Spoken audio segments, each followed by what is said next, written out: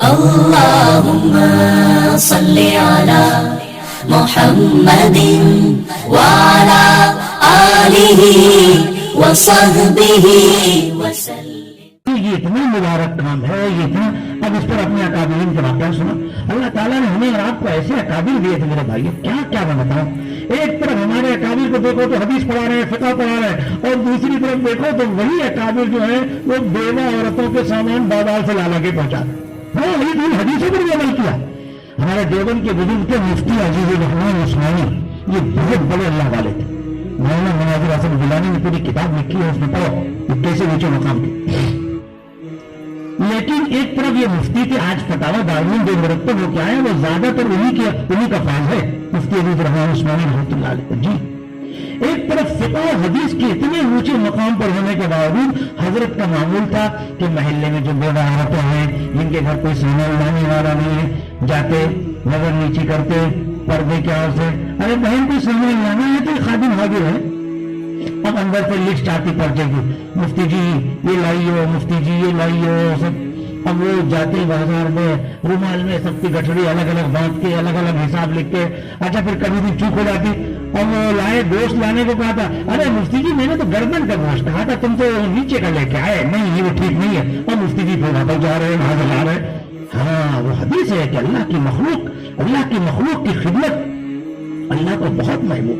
تو ہمارے اکابرین سب حدیثوں پر عمل کرنا چاہتے ہیں، سب حدیثوں پر۔ اب بتائے اتنا بڑا استاد ہے، فقہ کس اونچے مقام کا آدمی ہوگا، لیکن وہ محلے میں پھر رہا ہے اور عورتیں کچھ بھی مفتی صاحب یہ لانا، مفتی صاحب یہ لانا، اور جیسے چاہتی ان سے بات کرتی ہیں، مگر اپنے تقویٰ کو بھی نہیں چھوڑنا ہے۔ ہاں نظر اٹھا کے کسی کو دیکھ نہیں رہے، ہاں یہ بھی بڑی بات یاد رکھو۔ میں کس بزرگ کا، ہمارے جو اکابرین تبلیغ میں تھے حضرت جی مولانا یوسف صاحب رحمۃ اللہ اکبر، حضرت کی زبان میں مولانا علی میں صاحب نے لکھا ہے کہ مولانا کی زبان میں اللہ نے وہ تاثیر دی تھی، کہا میں نے ماضی قریب میں ایسے لوگ کم دیکھے کہ جن کے بیان میں اللہ نے ایک بیان پہ علاقہ کھڑا ہوتا تھا۔ علاقہ آج پرانے بہت سی جو تبلیغ میں لگے ہوئے ہیں ان سے آپ پوچھے صاحب کب سے آپ تبلیغ، کہا میں نے تو حضرت جی مولانا یوسف ایک صاحب کا ایک بیان سنا تھا، بس اس کے بعد اپنی زندگی تبلیغ میں لگا۔ ایسا اللہ نے ان کی زبان میں اثر دیا۔ میری اثر آتا تھا کہاں سے؟ میرے بھائی تقویٰ تھا، غیر درجہ متقی تھے۔ ایک واقعہ آپ کو تقویٰ کا مولانا یوسف صاحب کو سنا دیتا تھا، سنا۔ سب لوگ کچھ عمل کا ارادہ کر رہے ہو، ہمیشہ اپنے تقویٰ کو چیک کرتے رہو، اپنی نیت کو چیک کرتے رہو، ہمارا عمل سنت و شریعت کے مطابق ہے کہ نہیں۔ ہمارے اکابرین ایک دوسرے کا احترام تو کرتے تھے مگر شریعت کے خلاف دیکھتے تھے، ضرور ٹوکتے تھے۔ یہ ہمارے اکابرین کی خصوصی۔ حضرت مدنی رحمۃ اللہ علیہ خطاب لگاتے تھے، کالا خطاب، ٹھیک ہے۔ پھر جب ملک تقسیم ہو گیا، انگریزوں کا سب تسلط ختم ہو گیا، تو حضرت سلوک کی لائن سے تدریس کی لائن سے خدمت کر رہے تھے۔ حضرت گنگوئی رحمۃ اللہ علیہ کے ایک مرید تھے، انہوں نے حضرت مدنی کے بعد باقاعدہ خدمت، بتا حضرت مدنی کون ہے جن کا ٹوٹی بول رہا تھا ہندوستان، ہاں ایسے دنیا جہان میں ہزاروں شاگرد پھیلے ہوئے ہیں۔ حضرت مدنی جیسے آدمی کے بعد وہ خط لکھ رہے ہیں، صاحب جب تک آپ انگریزوں سے کر رہے تھے مارکا، جب تک تو آپ کی حیثیت مجاہد کی تھی، جب تک خطاب لگانے کی آپ کو اجازت نہیں، اب آپ نے وہ کام چھوڑ دیا ہے، لہٰذا اب آپ کو خطاب لگانے کی اجازت نہیں ہے۔ یہ باقاعدہ ان کے پاس خط آ رہا ہے۔ تو حضرت مدنی نے ان کے خلاف کوئی پرچہ جو نہیں چھاپا، باقاعدہ جواب میں لکھا تعمیل ارشاد کی جائے گی۔ کیا جواب لکھا؟ میں نے آپ نے جو فرمایا ٹھیک ہے، اس کے بعد سے چھوڑ دیا۔ یہ ہمارا اکابرین کا ایک دوسرے کا احترام ضرور کرتے تھے مگر سنت و شریعت کے خلاف کوئی بات دیکھی تو ٹوکتے تھے، روکتے تھے۔ یہ مزاج بناؤ۔ آج ہماری کسی سے دوستی ہوگی تو اب یہ جو کچھ کالا پیلا کرو نہیں، کیا یہ شریعت کی مزاج ہے، یہ ہمارے بزرگوں کا مزاج۔ سیدنا عمر بن خطاب رضی اللہ تعالیٰ فرماتے تھے رحم اللہ ایران من اہدا الینا عیوبنا، یہ فرماتے یہ دعا دیتے تھے کہ اللہ تعالیٰ اپنی خاص رحمت اس شخص پر نازل فرمائے جو میرے عیبوں کا ہدیہ میرے پاس بھیجتا ہے۔ آپ کی عمر کی کمزوری ہے، یہاں تک تو ٹھیک کیا آپ نے، اس کے بعد آپ نے نہیں کر دیا، ٹھیک نہیں ہے، اللہ کا پتہ ہو جائے گی، آپ کا عمل ضائع ہو جائے گا۔ توجہ دیا، یاد دیا میرے بھائیوں، یہ ہمارے ساتھ ہمدردی۔ آپ ہمارے دوست ہیں اور میں دیکھ رہا ہوں پیچھے سے ایک سانپ آ رہا ہے، آپ کے جیب میں گھس رہا ہے، اب میں آپ کو ڈسٹرب نہیں کرنا، اسے بولیے یہ ہمدردی دشمنی۔ مولانا ہردوئی رحمۃ اللہ علیہ بڑی اچھی مثال دے کے سمجھاتے ہیں، کہا بھائی آپ کا کوئی بڑا بزرگ ہے، استاد بھی ہے، اور وہ چائے پی رہا تھا، اس کی چائے کی پیالی مکھی گر گئی، اس نے دیکھا نہیں، آپ کے استاد نے دیکھا نہیں، آپ کیا کریں گے؟ آپ بڑے ادب سے کہیں گے حضرت شاید آپ نے خیال نہیں فرمایا ہوگا وہ پیالی میں مکھی گر گئی. فرماتے ہیں یہی مثال منکر کی ہے کہ اگر کسی کی زندگی میں شریعت کے خلاف کوئی بات ہے ادب سے احترام سے تنہائی میں محبت سے بتاؤ اور کہو ضرور. آج یہ چیز ہمارے اندر سے نکل گئی, خدا کا علم عذاب آ گیا. اب اس پر حدیث سنو, میں اپنی طرف سے نہیں کر رہا ہوں, فضائل اعمال میں بھی حدیث ہے, حدیث سنو.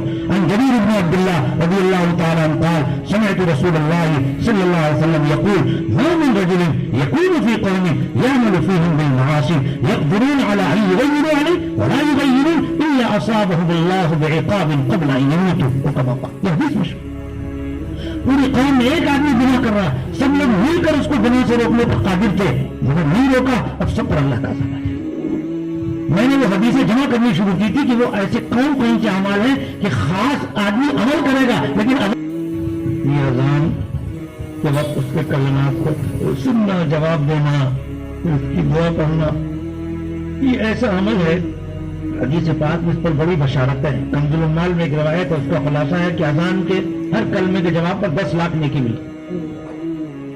مولانا ہردوئی رحمۃ اللہ علیہ نے باقاعدہ پڑوس کے ملک میں ایک بڑا مفتی صاحب کے یہاں یہ خط لکھ کے توجہ دلایا تھا کچھ اعمال کو. اس میں یہ بھی کہ آج اکثر لوگ اذان کا جواب نہیں دیتے, اس کے بعد کی دعا نہیں پڑھتے. ایسے میں جب بہت سے مدرسوں میں جاتا ہوں اپنی برادری میں تو پہلی میں ایک نظر طاہرانہ نظر ان کے پاجامے پہ ڈالتا ہوں. ان کا پاجامہ ٹخنے سے نیچے ہے کہ ٹخنے سے اوپر ہے, اور اوپر ہے تو کتنا اوپر ہے, کیونکہ اللہ کے آپ لوگ اللہ کے رسول کے جانشین ہیں اور حضور کی ادار آدھی پنڈلی تک رہتی تھی. یہ پکی بات ہے. بعض علاقوں میں گیا جب پاجامے میں نے دیکھا ٹخنے کے قریب تو میں نے کہا اللہ کے رسول کی ادار آدھی پنڈلی تک رہتی تھی, یہ حدیث آپ کے علاقے میں پہنچی کہ نہیں پہنچی؟ اور میں پہنچی نہیں, پہنچا دوں. اسی طرح میں موش پر نظر ڈالتا ہوں کہ بھائی موش کیا اصل میں اتنی کمزوریاں, کیا کیا کمزوری, میں اس کی جڑ بتا رہا ہوں کہ ہمارے اکابرین کے نقش قدم پر چلنے لگو تو کیا ہوگا, کوئی ایک گناہ بھی اگر آپ کرنے جائیں گے تو آپ کو بے چینی پیدا ہو جائے گی, اندر سے آپ کو الجھن ہوگی, گناہ آپ کرنے نہیں پائیں گے. مگر کب؟ جب بزرگوں کے سامنے اپنے کو مٹا دو. کیا مطلب؟ آج ہم بزرگوں کا نام لے کے اپنی ناک اونچی کرتے ہیں. کیا کرتے ہیں؟ ناک اونچی سنو, بیعت بھی ہونے گئے تو وہاں بھی دنیا داری آ گئی. کیا مطلب؟ وہ فلاں حضرت کا سکہ راج الوقت ہے, بہت مشہور ہو گئے ہیں, ان سے بیعت ہوں گے, چاہے ان سے اطلاع دینا بھی مشکل ہو, اتباع ہدایات بھی مشکل ہو, تاکہ 4 آدمی جب کسی تذکرہ کریں کس سے ارے میں فلاں بڑے حضرت سے, اچھا باقی معاملات میرے معاملات میں وہاں بھی ریاکاری آ گئی, وہاں بھی دنیا داری آ گئی کہ بیعت ہونے کے لیے گیا تو دنیا کے لیے بیعت کی, لوگوں کے سامنے جب چرچا ہوگا سب کے فلاں حضرت سے بیعت. حالانکہ بیعت کے مدار نفع پر ہے اور نفع موقوف ہے اطلاع حالات اور اتباع ہدایات پر. ایک ڈاکٹر ہے بہت بڑا پر امریکہ میں رہتا ہے, ایک ڈاکٹر بہت چھوٹا پر تمہارے پڑوس میں رہتا ہے, یہ پڑوس والا تمہارے لیے زیادہ نافع ہے, مگر نہیں اس سے یہ مشہور نہیں ہے نا, اس کے اس سے بیعت ہوگا تو تمہارا چرچا نہیں ہوگا, نام نہیں. ایسے کیا کیا ہماری بیماری. میں آگے مضمون کو سمیٹ رہا تھا. حضرت جی مولانا یوسف صاحب رحمۃ اللہ علیہ کا واقعہ سنا رہا تھا کہ حضرت پڑوس کے ملک میں آخری وقت ہے لاہور بیمار ہو, بہت زیادہ بیمار, تو رفقا نے حضرت کو ہاسپٹل میں ایڈمٹ کرنے کی تیاری کی. حضرت کو پتہ چل گیا, حضرت سختی سنا نہیں میں ایڈمٹ ہونے کا. ارے بھائی کیا بات, حضرت آپ امت کی بہت بڑی ضرورت ہے, آپ کو صحت ہو جائے گی, امت کو فائدہ نہیں میں ایڈمٹ ہوں. کسی قیمت پہ ایڈمٹ ہونے کو تیار ہی نہیں. پوچھا گیا حضرت کیا رہا, توجہ سے سنو میری باتوں کو, جب تک سنو توجہ سے. پوچھا کہ حضرت کیا رہا ہے, آپ بڑا سختی سے منع کر رہے ہیں. آپ نے معلوم ہے ہاسپٹل میں مریض کی تیمارداری کے لیے نرسیں ہوتی ہیں, وہ محرم ہوتی ہیں. وہ کیا ہوتی ہے بولو, وہ تو مریض ان کو دیکھتا ہے, وہ اس کو دیکھتی ہے, اس کے علاوہ اس کے بھی بدن کو بھی ٹچ کرتی. ساری زندگی میں نے اپنی جس تقویٰ کو بچا رکھا ہے تو میں نے کسی محرم کو ٹچ نہیں کیا. مرتے مراتے میرا وہ تقویٰ ٹوٹ جائے, ہاتھ سے چھوٹ جائے, میں اس کے لیے تیار نہیں. اب اس پر 2 حدیثیں سنو. ایک حدیث میں ہے لَأَن يُطْعَنَ فِي رَأْسِ أَحَدِكُمْ بِمِخْيَةٍ مِّنْ حَدِيدٍ خَيْرٌ لَهُ مِنْ أَن يَمَسَّ امْرَأَةً لَا تَحِلُّ لَهُ. تمہارے سر جیسے نازک مقام پر لوہے کی سوئی کوش دی جائے, یہ اس سے بہتر ہے کہ تمہارا بدن ٹچ ہو کسی ایسی عورت سے جو تمہارے لیے حلال ہے. یہ ایک حدیث. دوسری سنو, لَأَن يَزْحَمَ رَجُلًا خِنْزِيرًا مُتَلَطِّخًا بِطِينٍ أَوْ حَمَةٍ خَيْرٌ لَهُ مِنْ أَن يَزْحَمَ مَنْكِبَهُ مَنْكِبَ امْرَأَةٍ لَا تَحِلُّ لَهُ. کہ خنزیر، وہ خنزیر جو کیچڑ میں ملوث ہے، اس سے تمہارا کندھا ٹچ ہو جائے، یہ بہتر ہے اس بات سے کہ تمہارا کندھا ٹچ ہو کسی ایسی عورت سے کہ تمہارے لیے حلال نہیں۔ ہمارے اکابرین نے سب حدیثوں پر عمل کر کے دکھا دیا میرے بھائیوں۔ حضرت مولانا رائے پوری جن کا ہم نام لیتے ہیں، نام لے کے دعوتیں آج ہم لوگ خالی اپنے بڑوں کا نام لے کے نا دعوتیں کھا رہے ہیں، خود اتباع تمہیں کون کرتا؟ سوچو ہم اپنی منزل سے کتنا دور چلے۔ حضرت رائے پوری رحمۃ اللہ علیہ کے بارے میں پڑھا کہ وہ اپنی سبھی بہن کو بھی نظر بھر کے نہیں دیکھتے تھے، کہا اللہ نے کہہ دیا یغضوا من ابصارہم، میں نظر نیچی رکھتا ہوں، میں اپنی اس کی آواز سے پہچانتا ہوں کہ یہ میری بہن آئی، میں اس کو بھی نظر بھر کر نہیں دیکھتا۔ آج صاحب بھابھی کو دیکھ رہے، چھوٹے بھائی کی بیوی کو دیکھ رہے، شرعی پردہ آج خواص کے اندر سے ختم ہو گیا۔ اور یاد رکھو جو شرعی پردہ نہیں کرتا ہے وہ حدیث کے اعتبار سے دیوس ہے۔ فرمایا ثلاثۃ لا يدخلون الجنۃ ابدا، اس میں دیوس ہے کہ جنت میں داخل نہیں ہو۔ صحابہ نے پوچھا من دیوس یا رسول اللہ؟ فرمایا الذی لا یبالی من دخل علی اہلہ، دیوس وہ ہوتا ہے جس کو اس کی پرواہ نہیں، جس کے گھر میں کون آتا کون جاتا۔ بہرحال یہ وقت نہیں کہ ہم اپنی سب بتائیں کہ ہمارا حال کیا ہے اندر۔ میں اس سے آگے کی بات چاہتے ہیں کہ ہمارا یہ جو بدحالی ہے ختم ہو جائے، یہ ہماری بدعمالیاں ختم ہو جائے، ہماری اصلاح ہو جائے، ہم اپنے اکابرین کے نقش قدم پر آ جائیں۔ یہ چاہتے ہو کہ نہیں چاہتے؟ ارے بولو چاہتے ہو کہ نہیں؟ اس کے لیے دو عمل بتاتا ہوں، وہی ہمارے بزرگوں نے کیا ہے، اس کے لیے سب لوگ آمادہ ہو جاؤ، تیار ہو جاؤ۔ اگر وہ کام کر لو گے تو آپ خود خیر کا مجموعہ رہیں گے، آپ کی ذات آپ گزر جائیں گے، وہاں سے خیر کی ہوائیں چل جائیں گی، ہدایت کی ہوائیں چل جائیں گی۔ اور خدا نخواستہ وہ بھی دو چیز ہمارے اندر نہیں آئی تو ہو سکتا ہے ہمارا وجود امت کے لیے فتنہ ہو جائے۔ ہمارا وجود کیا ہوگا؟ جی حدیث میں ہے من طلب العلم لیجاری بالعلماء لیماری بالسفہاء اور لیصرف به بدون ادخلہ اللہ النار، ابو داؤد کی روایت ہے۔ اسی علم کے بارے میں کہ اگر اس علم کو فاسد نیت سے حاصل کیا ہے تو اسی وجہ سے وہ جہنم میں داخل ہو۔ اللہ تعالیٰ ہم سب کی حفاظت فرمائے۔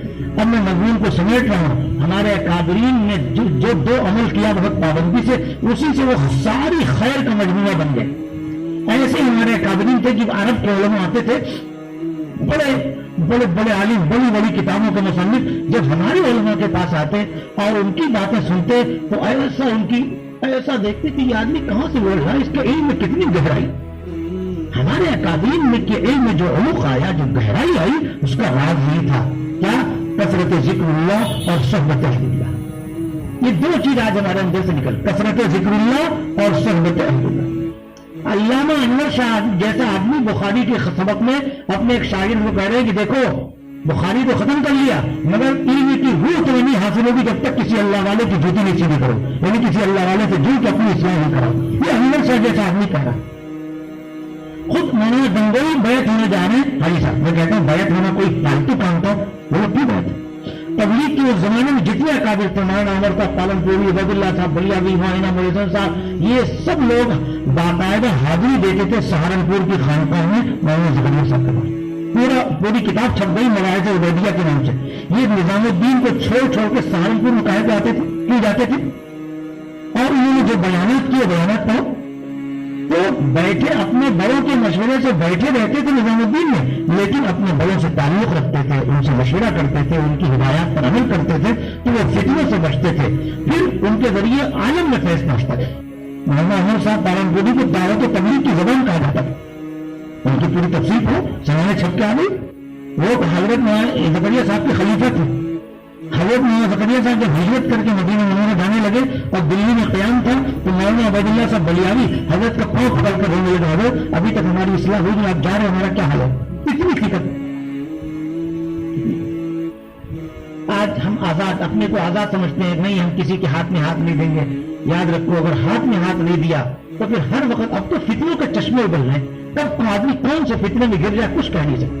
یہ جو ابھی میں نے آپ کو کہا نا اخلاص پیدا کرو، ابھی میں نے کہا نا اخلاص پیدا کرو، میاں اخلاص ہمارے اندر ہے کہ نہیں یہ بھی ہم کو پتہ نہیں چلے گا جب تک ہم کسی اللہ والے سے جڑ کے ذکر اللہ کی کثرت نہیں کریں۔ اس کو ایک موٹی مثال دے کے سمجھاتا ہوں۔ دیکھو جیسے ایک کمرہ ہے، بیڈ روم ہے، ایک دم تاریک ہے، بند ہے، لائٹ بجھی ہوئی، اندھیرا ہے، اب اس میں آپ بیٹھے ہیں، آپ کو کچھ پتہ نہیں کہ وہاں کنارے سانپ بیٹھا ہے کہ بچھو بیٹھا ہے، کیا کیونکہ اندھیرا ہے۔ اچانک ایک آدمی نے ٹیوب لائٹ جلا دیا، اب وہ ٹیوب لائٹ کی روشنی میں آپ نے دیکھے وہ ہو تو سانپ میں بیٹھا ہے، تو بچھو میں بیٹھا ہے، اب اس ٹیوب لائٹ کی روشنی میں خالی آپ کو علم ہوگا کہ یہ ہمارے دشمن وہاں بیٹھے، اب ہم ان سے بچے کیسے، بچنے کی تدبیر وہ الگ، وہ آپ کو معلوم کرنی پڑے۔ اسی طرح میرے بھائیوں، جب آدمی کسی اللہ والے سے جڑ کر مسلسل کچھ دن ذکر کی پابندی کرتا ہے تو اس کے قلب میں نور کی ٹیوب لائٹ جل جاتی ہے۔ کیا بولتی ہے؟ نور کی ٹیوب لائٹ جل جاتی ہے۔ اب اس کی روشنی میں دیکھتے ہیں، ارے وہ تکبر جس کے خلاف میں گھنٹوں تقریر کرتا ہوں وہ تو میرے اندر بھی، ارے وہ عجب جس کے خلاف میں تقریر کرتا ہوں، حدیث میں ان العجب لا يحبط عمل 70 سنہ، عجب 70 سال کی نیکیوں کو ضائع کر دیتا ہے۔ اور وہ فلاں ریاکاری جس کے خلاف میں تقریر کرتا ہوں، یار وہ تو میرے اندر بھی ہے۔ اور یہ شریعت کے خلاف جو مسئلے ہیں میں جو لوگوں کو سمجھاتا ہوں وہ تو خود میرے اندر بھی ہے۔ جب آپ مسلسل کچھ دن پہلے ذکر اذکار کریں گے تب آپ کے قلب میں نور آئے گا، اس کی روشنی میں آپ کو ادراک اور احساس ہوگا کہ میرے اندر تو یہ بھی گناہ ہے، میرے اندر تو یہ بھی گناہ ہے، میرے اندر یہ۔ اب ابھی خالی احساس ہو گیا، علم ہو گیا بس۔ اب آگے یہ بیماری دور کیسے ہو، اب آپ اپنے بڑے سے رابطہ کریں گے۔ ارے بھائی آپ لوگ محتمل لوگ ہوں گے، مدرسے کے ناراض مت ہونا، آپ قاری طیب صاحب سے بڑے محتمل بنیے۔ قاری طیب صاحب اتنا بڑا ادارہ لے کے چلتے تھے، ان کو احساس ہو گیا کہ شاید میرے اندر کچھ کوئی کبر ہے، بس فوراً اپنے ڈاکٹر حضرت تھانوی کو لکھا، حضرت مجھے اپنے اندر ہے۔ حضرت تھانوی نے تکلف نہیں کیا، یہ نہیں کہا ارے اتنا بڑا ادارہ چھوڑ کے آئے گا سب قوم کو، فوراً آپ میرے پاس آ گئے۔ وہ ادارے کا نظام کچھ دن حوالے کسی کی نہیں ہوتا تھا، وہ حضرت تھانوی کی خدمت میں گئے تو حضرت تھانوی نے ان کے نفس کی اصلاح کے لیے تجویز کیا تھا کہ یہاں پر جتنے سب دیہاتی نمازی آتے ہیں نا، آپ سب کے جوتے سیدھے کیے، یہ آپ کی ڈیوٹی۔ حضرت تھانوی جیسے آدمی نے اتنے بڑے آدمی کے اصلاح کے لیے یہ نسخہ تجویز کی، مگر جس کو بڑا مانا تو دل سے مانا تھا، پھر اطاعت بھی کرتے تھے۔ جس کو بڑا مانا تھا، دیکھو مثال دے کے سمجھاتا ہوں، پتنگ تمہارا پتنگ اڑاتا تو وہ پتنگ اس کی ڈوری اڑانے والے کے ہاتھ میں رہتی، تو جب تک اس کی ڈوری کسی اڑانے والے کے ہاتھ میں رہتی تو پتنگ کی پرواز بڑھتی رہتی، خوب بڑھتا رہتا۔ اور جیسی وہ ڈوری اڑانے والے کے ہاتھ سے چھوٹ گئی اور وہیں اس کا زوال شروع، اور وہ پستی کی طرف آہستہ آہستہ نیچے آئے گا۔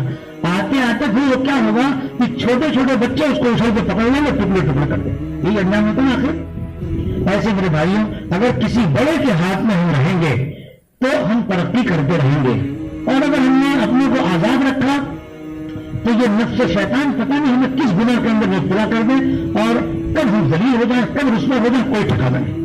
ہمارے بڑوں نے اپنے آپ کو کبھی اپنے بڑوں سے مستغنی نہیں پوچھو۔ مولانا علی میں صاحب کو بہت پڑھتے ہیں، مولانا ذاکر صاحب، مجھے کسی نے بتایا 16 بزرگوں سے ان کو تھا، 16 جہاں ان کو پتا چلا 16 بزرگ پوچھتے تھے، وہ بھوپال میں منڈل میں وہاں جا رہے ہیں، پتا چلا مولانا محمد علی صاحب، دیکھو تو بھاگتے ہوئے جا رہے ہیں، دیکھو تو شاہ وسیع اللہ صاحب وہاں بھاگتے جا رہے ہیں۔ ارے مولانا احمد علی صاحب لاہوری نے ان کو اجازت دے رکھی تھی، خلیفہ ہو چکے تھے، اس کے باوجود جہاں کہیں احساس ہوا کہ فلاں اللہ والے ہیں، وہاں جانے سے ہماری نفس کی اصلاح ہو سکتی ہے، اللہ کا خاص تعلق، تو مارے پھرتے تھے، جاتے تھے، کتنی مشقت ہوتا۔ آج میرے بھائیوں ہم اللہ والوں کے پاس جاتے ہیں، اور اب تو کتنا آسان ہے، فون پہ رابطہ کر لو، ان کے مشورے کے مطابق زندگی گزارو، تو آپ کے عمل میں اخلاص آ جائے، آپ سنت و شریعت کے پابند ہو جائیں، یہ چیز آپ کو ملے گی اللہ والوں کے تعلق سے اور ذکر اللہ کی کثرت سے۔ اگر ذکر اللہ کی کثرت اور اللہ والوں سے تعلق آپ باقی رکھیں گے تو امید ہے کہ آپ جو بھی کام کریں گے انشاءاللہ اس میں خیر ہوگا، بھلائی ہوگی، اور وہ سنت و شریعت کے موافق ہوگا اور اخلاص ہوگا، اور جب اخلاص ہوگا تو اللہ کا قبول بھی ہوگا۔ بس جو باتیں کہی گئی ہیں اللہ تعالیٰ مجھے بھی عمل کی توفیق دے، میں بھی محتاج ہوں، اور آپ کو بھی عمل کی توفیق دے۔ دعا کروا لیجیے، کسی بزرگ سے دعا کروا لیجیے، نہیں آپ بھی کچھ کرو، یہ کیا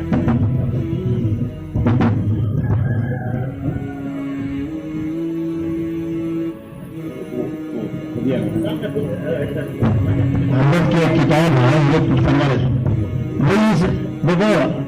حدیث میں دعا صلاح المومن، ہمارے نبی نے ہم کو کوئی بے سہارا نہیں چھوڑا، بیماریاں بھی دور کرنے کی، ٹینشن بھی دور کرنے کی دعائیں بتائیں۔ ابھی یہ لاک ڈاؤن میں رمضان میں تھا، چکمنگلور میں کوئی تقاضا ہوا کہ صاحب پریشانیاں دور کرنے کی جو دعائیں ان کو جمع کر دی جائے، تو الحمدللہ میں نے لکھا اور 50 سے زیادہ اس میں کتاب جمع کر دی، چھپ گئی۔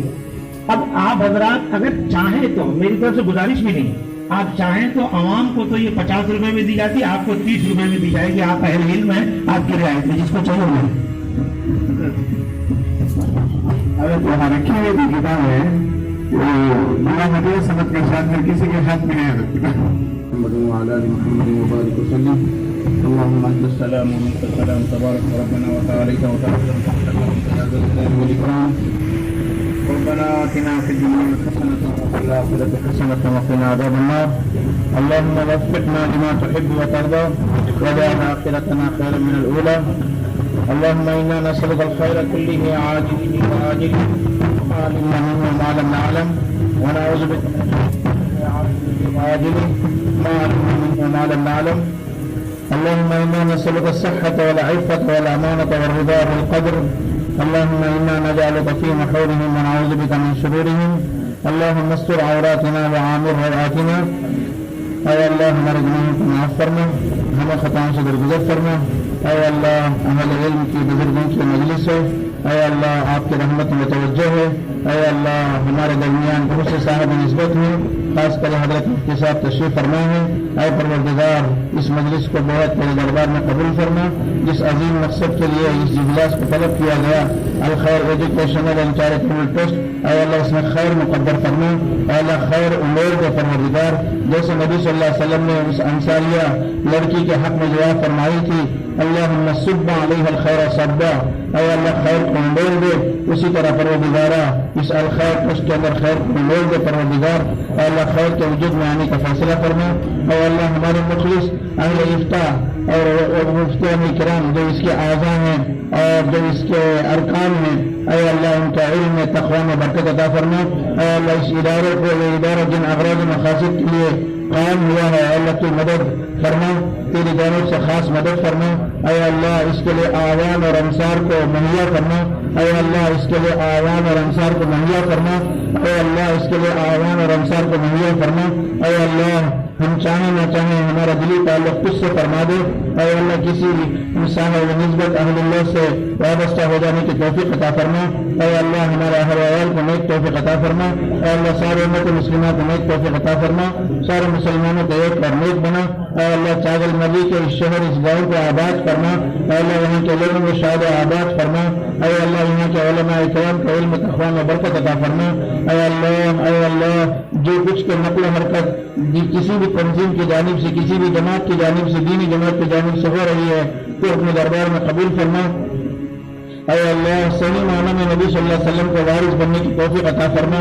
اے اللہ نبی صلی اللہ علیہ وسلم کو وحی سے لے کر اختتام تک، آخری عمر شریف کے آخری وقت تک اور پیدائش سے لے کر نبوت کی ملت تک، اے اللہ خلق کی خدمت ہی نبی صلی اللہ علیہ وسلم نے فرمائی ہے، یہاں تک کہ اللہ رب العالمین نے بھی اس کے بارے میں تعریف فرمائی ہے. اے اللہ اس مقصد کو سمجھ کر ہم کو کام انجام دینے کی توفیق عطا فرما. علامہ سلیمان ندوی رحمۃ اللہ علیہ نے جیسے فرمایا، آج علماء کو ہر شعبے میں کام کرنے کی ضرورت ہے. اگر کسی گاؤں قریے میں ایک ہی عالم ہو تو اس عالم پر ہر شعبے میں کام کرنا فرض ہے. اے اللہ اس بات کو ہم اہل علم کو سمجھنے کی توفیق عطا فرما. اے اللہ رحم فرما دے، کرم فرما دے. اے اللہ یہ بھی منظور صاحب نعمانی رحمۃ اللہ علیہ نے فرمایا، امت میں علماء کی مثال جسم میں قلب کی طرح ہے. اے اللہ قلب صحیح ہے تو جسم کے اعضاء و جواری سے صادر ہونے والے اعمال بھی صالح ہوں گے، نیک ہوں گے. اے اللہ ہم علماء کو درست فرما دے، ہماری اصلاح فرما دے. اے اللہ ہمیں اخلاص عطا فرما دے. اے اللہ جیسے ہمارے اسلاف رہے، صاحب نسبت رہے، اے اللہ مخلصانہ رہے، با تقویٰ رہے، با خدا رہے. اے اللہ اس کی کوئی دولت ہمیں بھی عطا فرما دے. اس کے لیے جیسے ہمارے حضرت مفتی صاحب نے فرمایا، ذکر کرنے، ذکر کے حلقوں سے جڑے رہنے، اہل اللہ سے وابستہ ہونے، زندہ بدست مردہ کی طرح اپنے آپ کو کسی شیخ کے حوالے کرنے. الیاس رحمۃ اللہ علیہ نے جب سفر کیا اس علاقے کا جہاں پر حضرت نے شروع فرمایا تھا، واپس آ کر کہنے لگے مجھے شیخ کے پاس جانے کی ضرورت ہے، میں نظام الدین میں بننے والی مسجد میں نہیں رک سکتا. اور اللہ احساس بہت ہوتا تھا، اللہ ہمارے اندر کوئی حص نہیں ہے، کسی طرح کی کوئی فکر ہمیں کبھی بھی دامنگیر نہیں ہوتی ہے. اے اللہ ہمیں رحم فرما، ہم پر کرم فرما. اے اللہ تمہیں اپنا بنا لے، ہم چاہیں نہ چاہیں دین پر چلنا آسان فرما. امت کی بگڑی ہوئی حالت کی دستگیری فرما. حیدرآباد اور جگہ جگہ سیلاب زدہ لوگوں کی اپنے فضل و کرم سے مدد فرما. جو حضرات آگے بڑھ کر تعاون کر رہے ہیں, ہر طرح سے مدد کر رہے ہیں, جزائے خیر عطا فرما. چھوٹی بڑی تنظیمیں خاص کر صفا بیت المال میں غیا ثانیہ صاحب ان کے رفقا کے عمر میں برکت عطا فرما. سارے تنظیموں کی حفاظت فرما. اے اللہ امت کی بگڑی ہوئی حالت کی دستگیری فرما. اے اللہ ملک کے حالات کو درست فرما. اے اللہ جیسے ابھی حضرت نے خطاب میں فرمایا ہمیں اپنا حال درست کرنے کی توفیق عطا فرما. پھر حالات پر ہمارے حال کا اثر پڑے گا. اے اللہ مدد فرما, کرم فرما. جو بیماریوں میں شفا کلی عطا فرما. بے روزگاروں کو روزگار عطا فرما. بے گھروں کو گھر عطا فرما. اے اللہ جو قرضوں کے بوجھ تلے دبے ہوئے ہیں آپ اپنے خزانہ غیب سے ان کے قرضوں کے حل کو بوجھ کو ہلکا فرما دیجیے. مسجدوں کو آباد فرما, مدرسوں کو آباد فرما, ہر چھوٹے بڑے مدرسے مدد فرما. اللہ جو مانگا ہے عطا فرما, جب مانگنے سے رہے اس کو بھی عطا فرما. آپ صلی اللہ علیہ وسلم نے خیر کی جو دعائیں فرمائے ان میں حصہ عطا فرما. جن شرور و فتن سے آپ صلی اللہ علیہ وسلم نے پناہ طلب کی ہمیں بھی پناہ عطا فرما. اللہ اس خیر کی پت کو بے حد اپنے دربان میں قبول فرما کر اے اللہ اس کی خاص مدد فرما. اے اللہ ہمارے مولانا فخر الدین صاحب جو مدرسے کے محتمم ہیں ان کے کوئی اقربا گزر گئے ہیں, اللہ ان کے نیکیوں کو قبول فرما, ان کی لغزشوں کو معاف فرما کر جنت الفردوس میں مقام عطا فرما. ربنا تقبل منا انك انت السميع العليم وتب علينا انك انت التواب الرحيم. صلى الله تعالى وسلم على خير خلقه محمد وآله وأصحابه.